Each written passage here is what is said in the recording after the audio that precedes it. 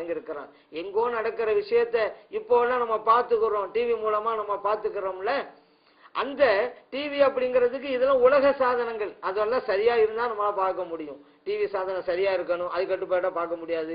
டிவியே நல்லா இருந்தாலும் உங்க கேபிள் கனெக்ஷன் கொடுக்கணும், அது கனெக்ஷன் பார்க்க முடியாது. சரி, எல்லாம் சரியா இருக்கு, கரண்ட் இல்லைன்னா அதுவும் பார்க்க முடியாது. இது நம்முடைய நிலைமை. ஆனால் இறை நேசர்களுக்கு இறைவன் தன் நேரடியாக இந்த சக்தியை கொடுக்கிறான். அதனாலதான் அவங்களால் சொல்ல முடிகிறது.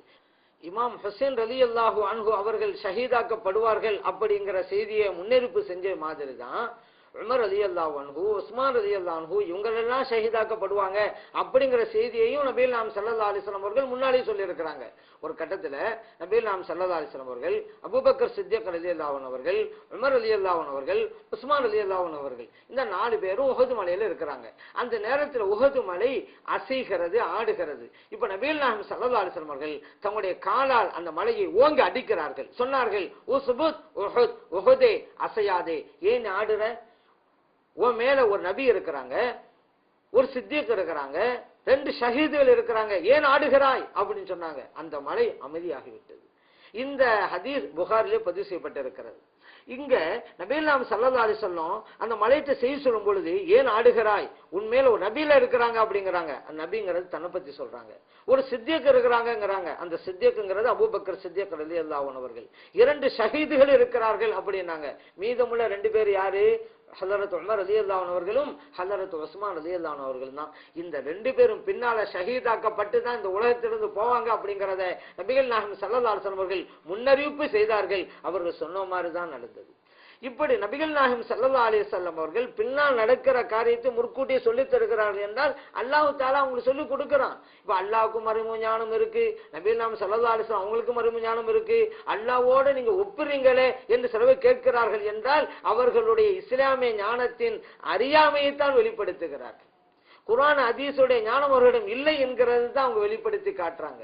ஏன்னா இறைவனுக்கு மறைமுக ஞானம் உண்டு, இறைத்தூதர் ஸல்லல்லாஹு அலைஹி வஸல்லம் அவர்களுக்கும் உண்டு, வித்தியாசம் இருக்கிறது. இறைவனுக்கு அந்த ஞானம் உண்டு, யாரும் சொல்லிக் கொடுத்ததல்ல, தானாக தெரிந்தது. இறைத்தூதர் ஸல்லல்லாஹு அலைஹி வஸல்லம் அவர்களுக்கு மறைமுக ஞானம் உண்டு, தானாக தெரிந்ததல்ல, இறைவன் சொல்லிக் கொடுத்தது. இறைவனுக்கு மறைமுக ஞானம் உண்டு, எல்லை இல்லாதது. இறைத்தூதர் ஸல்லல்லாஹு அலைஹி வஸல்லம் அவர்களுக்கு மறைமுக ஞானம் உண்டு, எல்லை உள்ளது. எவ்வளவுதான் தெரிந்திருந்தாலும் கூட அந்த உலகம் படைக்கப்பட்டதிலிருந்து இறுதி நாள் வரைக்கும் சொர்க்கத்து வாசிகள் சொர்க்கத்துக்கு போறது, நரகவாசிகள் நரகத்துக்கு போறது, இதுவரைக்கும் உண்டான எல்லா விவரங்களையும் நபிகள் நாயகம் ஸல்லல்லாஹு அலைஹி வஸல்லம் தெரிந்து இருந்தாலும் கூட அவர்களுடைய அந்த மறைமுக ஞானம் எல்லைக்கு உட்பட்டது, ஒரு வரம்புக்கு உட்பட்டது. வித்தியாசம் இருக்கா இல்லையா? இறைவன் பார்க்கிறான், நாமும் பார்க்கிறோம். இறைவன் நாமும் ஒன்னாயிட்டோமா? இல்லையே. இறைவன் கேட்கிறான், நாமும் கேட்கிறோம். இறைவன் நாம் ஒன்றா? இல்லையே. இறைவனுடைய பார்வை நமது பார்வை வித்தியாசம் இருக்கிறது, புரியுறோம்ல? இறைவனுடைய கேள்வி நமது கேள்வி வேறுபாடு இருக்கிறது, இதை புரிஞ்சு கொள்றோம்ல? அந்த மாதிரி தான் மறைமுக ஞானம் இறைவனுக்கு உண்டு, இறைத்தூதர் ஸல்லல்லாஹு அலைஹி வஸல்லம் அவர்களுக்கு உண்டு. அங்கே வேறுபாடு இருக்கிறது, வித்தியாசம் இருக்கிறது. அப்படிங்கிறத நம்ம புரிந்து கொள்ளணும். குர்ஆன்ல கூட இறைவன் தன்னை பத்தி சொல்லும் பொழுது, நான் ஹயாத்தா இருக்கிறேன், அல்லாஹு லா இலாஹ இல்லா ஹுவல் ஹய்யுல் கய்யூம்ங்கறான். இறைவன் ஹயாத்தா இருக்கிறாங்கங்கறான், உயிர் உள்ளவனா இருக்கிறான். இப்ப நம்மள ஒரு ஆள் கேட்கிறாரு, ஏங்க நீ உயிரா இருக்கீங்களா இல்லையாண்டு. இப்ப நம்ம என்ன சொல்லுவோம்? உயிரா இருக்குன்னு தான் சொல்லுவோம். அப்ப நம்மளும் ஹய்ய தான், இறைவன் உயிரன்னு இருக்கிறான். இறைவன் உயிரா இருக்கிறதும் நாம் உயிரா இருக்கிறதும் ஒன்னா இல்லை. அந்த மாதிரி ஒவ்வொரு விஷயத்திலும் இறைவன் இன்னொரு வசனத்துல கூட தன்னை பற்றி சொல்லும் பொழுது அல் மலிக்குங்கிறான், நான் அரசன் மன்னர்ங்கிறான். இன்னைக்கு சவுதி நாட்டுல அங்க இருக்கக்கூடிய மன்னருக்கு அரபு மொழியில அல் மலிக் அப்படிதான் சொல்லுவாங்க. அப்ப இறைவனும் மலிக்கு தான் குர்ஆன்ல இறைவன் சொல்லி காட்டுறது. அரபு மக்களும் மன்னரா அல் மலிக்கு தான் சொல்றாங்க. அது இறைவனும் அரபு நாட்டு மன்னரும் ஒன்னாயிட்டாங்களா? இறைவன் தன்னை பற்றி மன்னர்ங்கிற சொல்றது வேற அர்த்தம், இங்க இருக்கக்கூடிய மனிதர்களை நாம் மன்னர் அரசன் சொல்றது வேற அர்த்தம். இப்படி ஒவ்வொன்றா வித்தியாசப்படுத்தி பார்க்கணும். இல்லைண்டாக்க குர்ஆன் ஹதீஸ் நம்மால் புரிய முடியாது. இப்ப நபிகள் நாயகம் ஸல்லல்லாஹு அலைஹி வஸல்லம் அவர்களுக்கு மறைமுக ஞானம் இல்லை என்றால் எப்படி சொல்ல முடிகிறது? இவர்கள் எல்லாம் ஷஹீதாக்கப்பட்டு தான் இந்த உலகத்திலிருந்து செல்வார்கள். அது மட்டும் இல்ல, குர்ஆன்ல இறைவன் சொல்லி தர்றான்ல, வமா தத்ரி நஃப்சுன் பி ஐயி அர்லின் தமூத், எந்த ஒரு ஆத்மாவும் எங்கே மரணிக்கும் என்று அந்த ஆத்மாவுக்கு தெரியாது. இது நமக்கு சொல்லப்பட்டது. நபிகள் நாயகம் ஸல்லல்லாஹு அலைஹி வஸல்லம் அவர்கள் அடுத்தவர்களை பற்றி எந்த இடத்தில் மரணிப்பார்கள் அப்படிங்கறத சொல்லி காட்டி இருக்கிறாங்கல்ல. பத்ர் யுத்தம் நாளைக்கு நடக்க போகுது. இன்னைக்கு அருமை தோழர்களை அழைத்து அங்கு ஒவ்வொரு இடத்தையும் காண்பிக்கிறார்கள். அருமை தோழர்களே நல்லா பாத்துக்கிறங்க, ஹாதா மஸ்ரா ஃபுலான், நாளைக்கு இந்த இடத்துலதான் அவன் அபூஜஹல் கொல்லப்படுவான் அப்படின்ட்டாங்க. இன்னொரு இடத்தை காமிச்சு இங்கதான் உத்துபா, இந்த இன்னொரு இடத்தை காமிச்சு இங்கதான் ஷைபா, அப்படி காமிக்கிறாங்க, இடங்களை காமிக்கிறாங்க, கை வச்சு காமிக்கிறாங்க. அடுத்தாலும் யுத்தம் நடைபெறுகிறது. இறைவன் இஸ்லாமியர்களுக்கு வெற்றி வாகையை சூடி விடுகிறான். நபிகள் நாயகம் ஸல்லல்லாஹு அலைஹி வஸல்லம் அவர்கள் எந்த இடத்துல யாருடைய பேரு சொல்லி சுட்டி காட்டினாங்களோ அந்தந்த இடத்தில் அவரவர்கள் கொல்லப்பட்டு கிடந்தார்கள். புகாரியிலே முஸ்லிமிலே பதிவு செய்யப்பட்ட ஹதீஸ். எப்படி சொல்ல முடிகிறது? நம்மளால முடியுமா? நாம் எந்த இடத்திலே மரணிப்போங்க நமக்கு தெரியாத, ஆனா அடுத்தவர் எங்கே மரணிப்பார் சொல்லி காட்டுகிறார்கள் நபி நாம் ஸல்லல்லாஹு அலைஹி வஸல்லம் அவர்கள். அவர் சொன்னது போல் நடக்கிறது. புகாரியை படிக்க வேண்டும். குர்ஆனையும் ஹதீஸையும் ஆழ்ந்து படித்தால் நம்முடைய எல்லா வினாக்களுக்கும் விடைகள் உண்டு. அதனால நபிகள் நாம் ஸல்லல்லாஹு அலைஹி வஸல்லம் அவர்கள் ஹுசைன் ரலியல்லாஹு அன்ஹு அவர்களுடைய ஷஹாதத்தை பற்றியும் முன்னறிப்பு செய்திருக்கிறார்கள். அஹ்லுல் பைத் என்பவர்கள் யார்?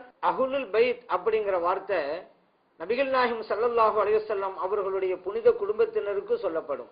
அஹ்லுல் பைத்னு சொன்னா நபிகள் நாம் ஸல்லல்லாஹு அலைஹி வஸல்லம் அவர்களுடைய குடும்பத்தினர்கள் அப்படிங்கிறதுக்கு அர்த்தம்.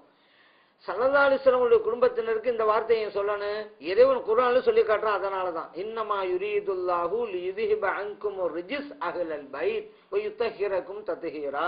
இறைவன் குர்ஆன் சொல்லி காட்டுறான். நபி நாம் ஸல்லல்லாஹு அலைஹி வஸல்லம் அவருடைய குடும்பத்தினர்களே, இறைவன் உங்களிடமிருந்து மாசுகளை அகற்றி உங்களை தூய்மைப்படுத்த விரும்புகிறான். இந்த வசனத்துல நபி நாம் ஸல்லல்லாஹு அலைஹி வஸல்லம் அவருடைய குடும்பத்தினருக்கு இறைவன் கையாளுகிற வார்த்தை அஹ்லுல் பைத் அப்படிங்கிறது. அந்த வார்த்தையை தான் இப்ப நம்மளும் சொல்றோம். நபி நாம் ஸல்லல்லாஹு அலைஹி வஸல்லம் அவருடைய குடும்பத்தினர்கள் அவர்கள் தான் அஹ்லுல் பைத் அப்படின்னு சொல்றோம்.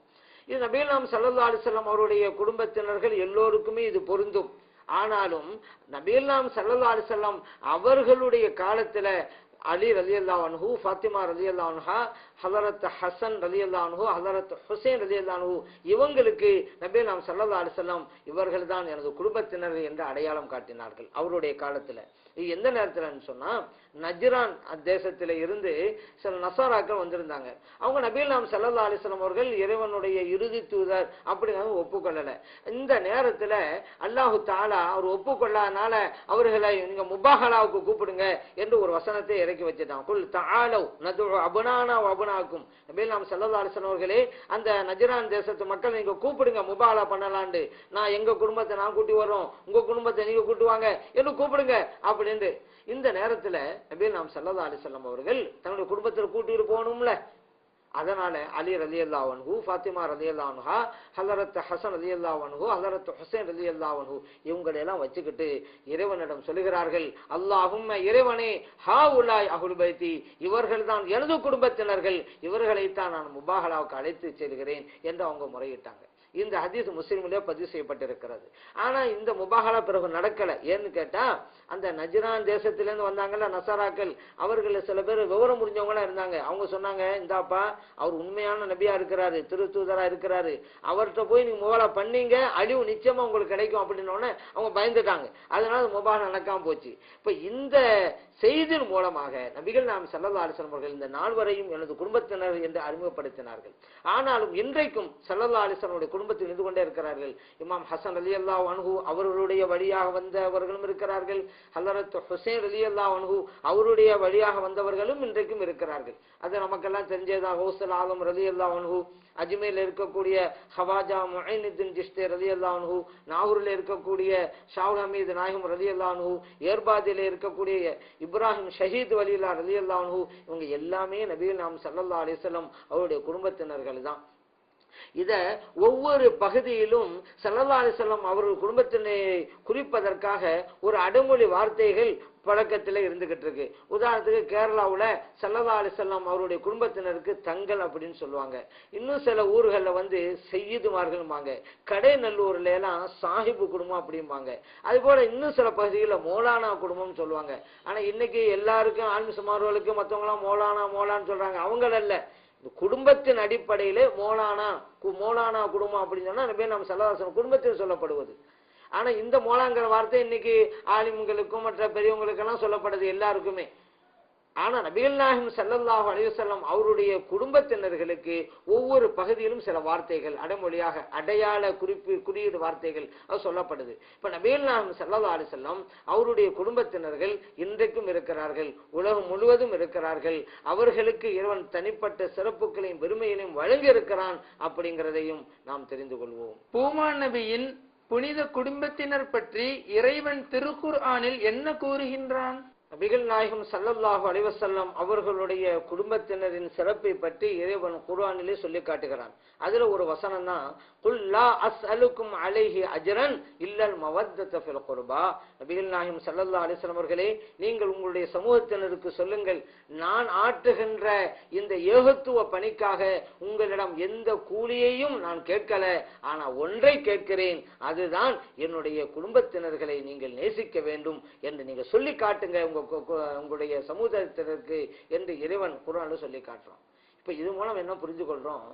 நபிகள் நாயகம் ஸல்லல்லாஹு அலைஹி வஸல்லம் அவர்களுடைய குடும்பத்தினரை நேசிப்பது, அவர்கள் மீது நாம் மஹப்பத் வைப்பது, அவர்கள் மீது நாம் பிரியம் வைப்பது எந்த அளவிற்கு அவசியம் அப்படிங்கிறத இந்த வசனத்து மூலம் நம்ம புரிந்து கொள்றோம். ஏன் எல்லா இறை தூதர்களும் தங்களுடைய சமுதாயத்தினருக்காக ஆற்றிய பணிக்காக எந்த கூலியையும் கேட்கவில்லை. அல்லாஹ் தஆலா குர்ஆன்ல அது சொல்லி காட்டுறான், லா அஸ்அலுக்கும் அலைஹி அஜ்ரன். ஒவ்வொரு நபியும் இறை தூதரும் தன்னுடைய சமுதாயத்தினரிடம் இதைத்தான் சொன்னாங்க, நாங்கள் ஆற்றுகின்ற இந்த இறை பணிக்காக உங்களிடம் எந்த கூலியையும் கேட்க மாட்டோம் அப்படித்தான் சொன்னாங்க. நபிகள் நாயகம் ஸல்லல்லாஹு அலைஹி வஸல்லம் அவங்களுக்கு கூட அல்லாஹ் தான் சொல்லி கொடுக்குறான், நீங்களும் சொல்லுங்க, உங்கள்கிட்ட இருந்து எந்த கூலியும் நான் கேட்க மாட்டோம், இறைவன் உங்களுக்கு கூலி தருவான்.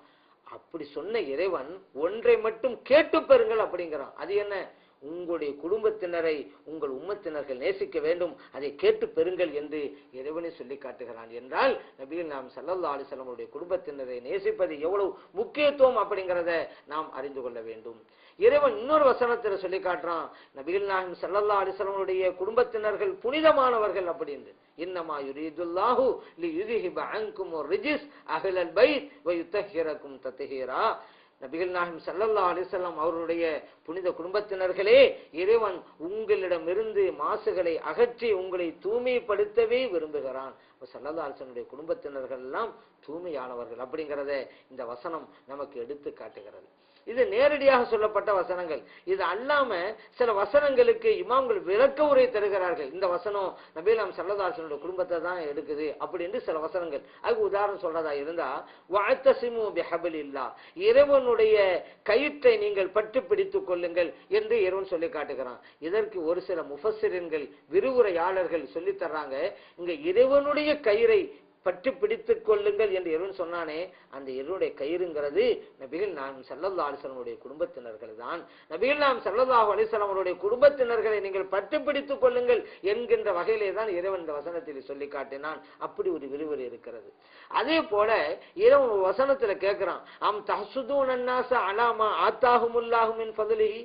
இறைவன் தான் நாடியவர்களுக்கு சில சிறப்புகளை வழங்குகிறான், பெருமைகளை கொடுக்கிறான், அதை கண்டு நீங்கள் பொறாமைப்படுகிறீர்களா என்று இறைவன் கேட்கிறான். இந்த இடத்துல சில விரிவுரையாளர்கள் இறைவன் சொன்னான்ல, சிலருக்கு இறைவன் சிறப்புகளை வழங்குகிறான் அப்படின்னு, அந்த சிலர் நபிகள் நாயகம் ஸல்லல்லாஹு அலைஹி வஸல்லம் அவருடைய குடும்பத்தினரைத்தான் குறிக்கிறது என்கின்ற விளக்க உரை தருகிறார்கள். இறைவன் தன்னுடைய தூதர் ஸல்லல்லாஹு அலைஹி வஸல்லம் அவருடைய குடும்பத்தினருக்கு பல மேன்மைகளை வழங்கியிருக்கிறான், பல உயர்வுகளை வழங்கியிருக்கிறான். அதை கண்டு உங்களுக்கு என்ன பொறாமை என்று இறைவன் கேட்கிறான். நாடி உங்களுக்கு அதை கொடுப்பான். இப்படி விரிவுரைங்கிற அடிப்படையில் சில வசனங்கள் ஸல்லல்லாஹு அலைஹி வஸல்லம் அவருடைய குடும்பத்தினரை குறிக்கிறது, சில வசனங்கள் நேரடியாகவே ஸல்லல்லாஹு அலைஹி வஸல்லம் அவருடைய சிறப்புகளையும் மேன்மையையும் இறைவன் சொல்லி காட்டுகிறான். நபிகள் நாயகம் ஸல்லல்லாஹு அலைஹி வஸல்லம் அவர்களின் குடும்பத்தினருக்கு ஜகாத் வழங்கக்கூடாது என்பது சரியா? நபிகள் நாயகம் ஸல்லல்லாஹு அலைஹி வஸல்லம் அவர்களுடைய புனித குடும்பத்தினர்களுக்கு ஜகாத் வழங்குவது கூடாது, வாங்குவது கூடாது என்பது அவர்களுக்கு உண்டான சட்டம்.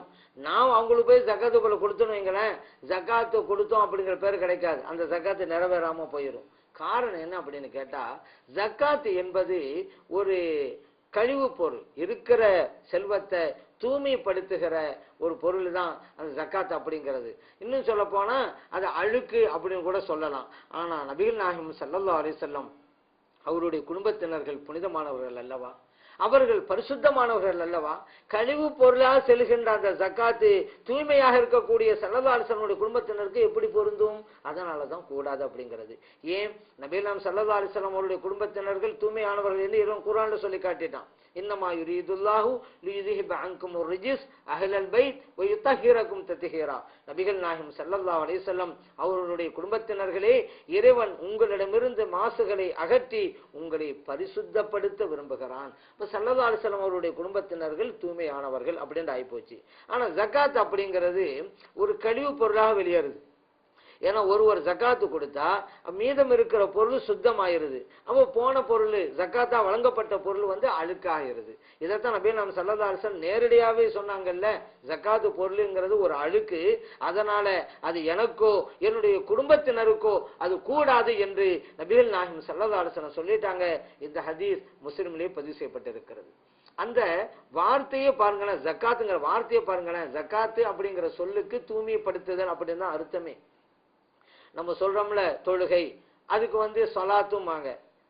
அதே போல நோம்புங்கிறோம், அதுக்கு அரபியில சோமும்பாங்க. ஹஜ்ஜுக்கு போறோம், புனித யாத்திரை அப்படிங்கிறோம், அதுக்கு ஹஜ்ஜுமாங்க. இது ஒவ்வொரு வார்த்தைக்கும் ஒரு அர்த்தம் இருக்கிறது. இப்போ தொழுகை அப்படிங்கிறது அரபியில சொலாத்துங்கிறாங்க. அதான் சொலாத்துங்கிற வார்த்தைக்கு நேரடி பொருள் பிரார்த்தனை அப்படின்னு அர்த்தம். ஒரு ஆளு தொழுகையில நின்று அல்லாஹ் அக்பர் தக்பீர் கட்டினதுல இருந்து அஸ்ஸலாமு அலைக்கும் சலாம் கொடுக்கிறார் பாருங்க. இந்த ரெண்டுக்கும் மத்தியில அவர் ஓதுகின்ற அந்த வார்த்தைகளில் வாசகங்களில் பெரும்பாலும் பிரார்த்தனைகளாகவே இருக்கும். ஒரு துவாக்களா தான் ஓதுறாரு.